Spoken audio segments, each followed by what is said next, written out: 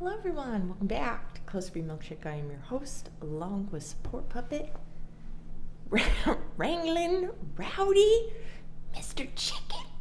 Yes! Wave, woo! All right, today we are going to talk about the art of not caring. Now, this has to, as you know, narcissistic people, they do not care about your feelings because we do not know how to self-reflect. Someone once called the disorder a defensive disorder because we are always on the defense, and so we are going to attack any threat coming at us, especially being criticized. So today we're going to talk about a video that I watched on Stoicism, and it was talking about the art of not caring, and I was interested in it to see how I feel about what they have to say and how it pertains to the thought process of a narcissistic person, always analyzing their environment and reacting to it. Taking shit the wrong way and everything. All right. So, number one, focus on what you can control. You can only control yourself. Now, as you know, a narcissistic person is going to focus on everything that they control outside of themselves. So everything and everyone in their environment, they're going to try to make them feel safe by messing with your feelings and messing with your stability, with your boundaries. It's not like we know this, like, I'm going to make, Johnny feel terrible about himself today by ABC, no. Everything is automatic. If I don't feel comfortable about something, I'm going to say something. If I don't like your mother giving you so much attention, I'm going to complain about your mother or have fights with mom, so you know that, okay, mom can't come over anymore, so I can only go and visit her, or something like that. Now, I've not done that, but I have seen this, and this is an example. Other things, if you watch my video on coercive control, you will see a laundry list of things that we can do to control the environment. And we do not care about your feelings, okay? It's all about us. It's all about how we feel. That we're comfortable, and you're just fucking there, dude. Sometimes when I think about it, it's like, well, why do I need a partner if I'm not going to, interact with the partner? And then my brain goes into, well, these are all the selfish reasons why. Can get into that later if you like. Okay, number two, accept life is imperfect. It is what it is. See the ick in other people as special quirkiness and uniqueness. And see that in ourselves as well, because a narcissistic person always has had to have a false self since they were very young, because they were not accepted to be who they wanted to be when they were young. So they were controlled into being something else, and then they had to use their own coping mechanisms, usually self-destructive and destructive for you. Growing up, this is why we're fake all the time. 24/7. So accepting life as being not perfect, learning that we don't have to be perfect or shame the shit out of ourselves when we do make mistakes, will make life a little less stressful. And narcissistic people and people on the cluster B spectrum do suffer from anxiety. So that would be helpful. Practicing mindfulness. So when you're in the present moment and you're thinking about just yourself, the way that you react to others, knowing that other people's bullshit is their bullshit, you're not going to care about what they have to say to you. So you're not even going to become defensive, because who gives a fuck? This person has their own issues. This person has stresses in their lives that you do not know. You also don't understand what they're going through in the present moment, or the baggage that they're carrying with them from the past. They could also be projecting onto you. So if you are in a mindful state, any projections coming from somebody else are just gonna bounce off of you like motherfucking Neo in the Matrix with the bullets, brothers and sisters, okay? And of course, when I'm talking, I'm also, talking to other cluster Bs for us to work on these things, so we don't have to suffer 24/7, okay? 4, be flexible with your perceptions. Not everyone thinks like you do. Narcissistic people think other people think narcissistically. We think that other people are manipulating us all the time, and we are always on the defensive. So we have to, this is part of being mindful as well, and not projecting the way that we think and feel onto others. This is very difficult even for me now. That is my automatic default. So I will think that first, and it doesn't matter. I'm going to think it, and then I have to slow my roll and think before I react. Okay? I think we would all benefit from that as well. Also, being extremely judgmental and critical on other people. I mean, you better be perfect, okay? You better be Jesus before you're throwing your boomerang of assholery and judgments out at everybody else. And this is one thing that I have learned too, is before I speak, have I done that before? And if so, zip it, okay? All right. Number 5, let go of entitlement. Now, everybody is not entitled to be treated a certain way just because they're breathing. There is decency, of course, but somebody on the narcissistic spectrum is going to think they're, of course, higher than everybody else. Everybody is below them. You're seen as just cattle or ants, not even human. So, we feel like we are king of the mountain, queen, Cersei Lannister and shit. But, yeah. So when you've kind of, this one's harder, because regular narcissistic people, they don't have the ability to speak with people all the time like I do, and are able to actually see different perspectives of other people, to where I see you as another human being, okay, instead of a non-entity.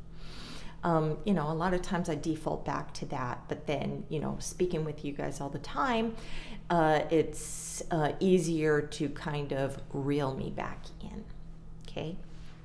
And then I feel like, I can, number 12, fake humble. because I don't feel that shit for real. Anyways, all right, let's go. Number 6, accept change. Holding on to things out of your control will only make you suffer. Job loss, divorce, breakups, death, a partner's new opportunities, which are things that will cause envy in a narcissistic person. So, all of this is part of not giving a fuck that these things are happening. You're going to have to grieve the breakups, the deaths. You will, grieve a job loss. You will cycle through the feelings of shame, I'm a piece of shit or, whatever. But this is reminding you that, things happen, good and bad. There was this one story of, I don't know if it was Buddhist, Chinese, whatever. But, something keeps happening in this story, good and bad. And other people are pushing their own perspectives on the dude and saying, oh my God, this happened. That fucking sucks. And he's like, maybe. And then because of that bad thing, something good happened from it. And then they're like, oh my God, that's fucking bomb. Aren't you fucking stoked? And he's like, maybe. He's just like, whatever. Because good or bad, that's just part of life. And it's just happening. One thing that I have also learned is I don't get overly excited about things that are happening to me because it can be taken away. And if I don't get overly excited when it doesn't pan out for me, I'm not angry or completely devastated. So I don't live in the mindset of it's not going to happen. I live in the mindset as it's cool, it's going to happen. If it happens, then I will celebrate. And if it doesn't happen, then, I'm not setting myself up for emotional failure. Okay, all right. Number 7, use logic instead of emotion. Now, CBT and DPT will help this with people, everyone actually, not just disordered minded people, which is, thought malfunction for 5-7 trillion, right? But it will teach you, not to mind read, not to project, not the black and white thinking, and it teaches you how to calm the fuck down in your emotional state. It's very helpful to keep us from jumping to conclusions, ask questions instead of assuming, things like that. It takes a lot of practice, especially when you have people around you that are a little bit more patient with you. And if you are doing these things and they know, how dysfunctional thinking is, they can kind of, help you and guide you. Be like, are you black and white thinking right now? Are you splitting? And then you won't give that big of a shit. Holding your emotions, just letting them fly like helium balloons. Oh, and they're going off and fucking up everybody's electricity and shit, getting caught in the motherfucking thing.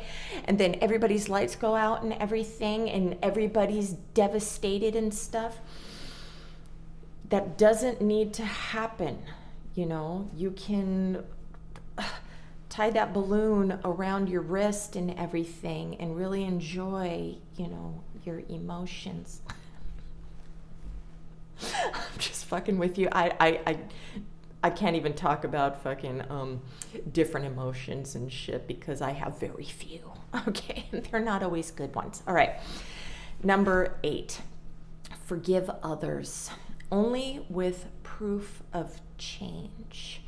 Okay, so if somebody, everybody, this goes along with the everybody makes mistakes and stuff. So everybody makes mistakes. You do not have to let people come back into your life. You can understand something that they went through and that they, made a mistake along their journey of life.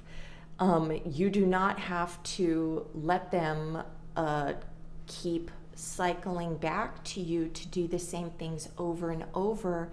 And please, only with proof of change do you forgive someone.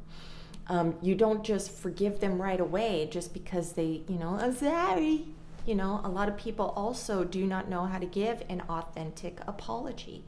An authentic apology does take self-reflection. And if you're not looking inward and saying, this is why I did it and it had nothing to do with you, it's not an apology, okay? Saying, I'm sorry, but, or I'm sorry you made me do this. No. You can leave and I don't give a fuck about you no more. All right. Laugh often. Don't take everything so seriously. Now, this is huge. Now, I make a joke out of everything, so I'm pretty good at this. Everything's a motherfucking joke. It's the people, and I have met these people. Shit, man. My first husband, I don't even know if he knows how to laugh. That guy, the borderline flavor dude that, I was with for a short time. He laughs sometimes, but then when he would just be in an angry state all the time, he was always on edge and there was no laughter. It's like some people just want to brood all the time. They just sit in their anger. And when I say want, I know that these people don't enjoy having negative emotions all the time. But it's either being angry or being indifferent. Some people don't like being indifferent. I love it. I would rather be happy and excited. Like I said, I don't let myself get those extreme emotions. So I'd rather just stay at that baseline of I don't give a fuck one way or another. Let's continue. 10, self-reflect, self-improvement. Notice hypocrisy and double standards. Yes, I talked about this up there. Self-reflecting is something that a cluster B does not do. Sometimes I hear that a borderline person may have guilt and stuff for doing things, or remorse, regret, things like that. I do not feel those types of things, but I am learning to self-reflect on, was my behavior perfect? Did I do anything wrong? Because it always goes to your fault. Everything is your fault. You made me do this. You made me react. I know. Everything would have been fine if you did what I fucking said. That goes to the whole, control thing and stuff. If you didn't, fuck with me, I would not have hurt your feelings. Shit like that. So you don't get to play the victim. And then it gets into that whole Darvo shit. Okay? And this is all automatic. All right? All right. 11, live simply. If you don't care what other people have, envy can't overwhelm you. Yes, this is true.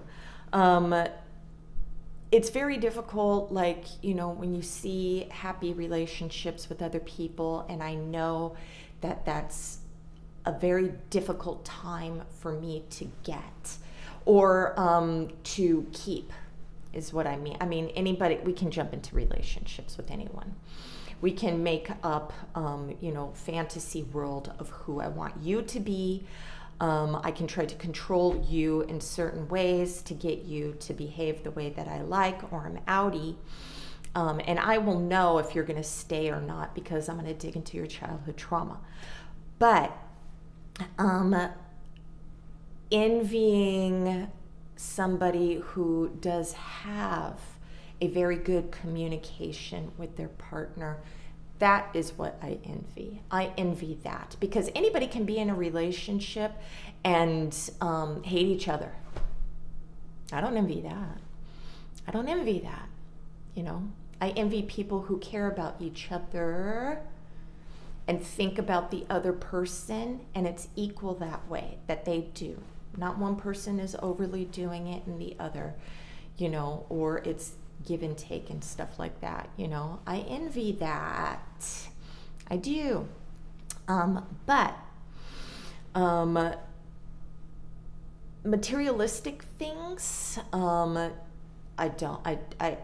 don't care about materialistic stuff. Like I want this certain vehicle, okay? And I'm doing all the manifesting shit and everything like that. But and then I see the truck everywhere. And instead of envying that person for having that truck, I just picture myself having that truck, And so I'm, disconnecting from the hate that other people have stuff, Also with my channel, I'm just like, there's other channels bigger than me. I always see they have bigger numbers. Even victim channels are bigger than me. And I just think one day, slow and steady wins the race, One day, people will come. It's field of dreams, mother sucker, up in this narcissistic bullshit. All right. Number 12 is be humble. Please. I fake that shit. I fake it. I really don't know. Where is this in the not caring? Being humble. Being humble. I pretend that I don't. I'm pretending that I don't give a shit what people think about me. Yeah, that's not happening. Okay. That's not happening. But maybe you normies understand what that means, okay? Because I don't. All right. 13, don't overshare or push your opinions on others. Yes, pushing your opinions on others is also be controlling. If you're saying that you're fucking above it all and you know how somebody should be running their life and shit like that, that's you trying to control them, okay? And that's going to give you lots of anxiety because, I would be like that. And then it's like, you're not doing what I want. I'm not talking about just intimate partnerships, but I mean, with family members and things, or friends, or coworkers, it doesn't matter.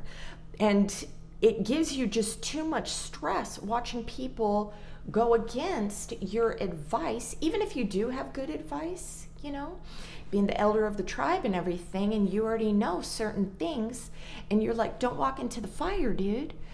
And they're going to walk into the fire anyways, and you just have to sit there and eat popcorn and watch them destroy their fucking life. And you're like, I told you, motherfucker, I told you, But just be like, that's why I learned to give advice freely and let them do what they want. They have free will. Let them do what they want. Okay?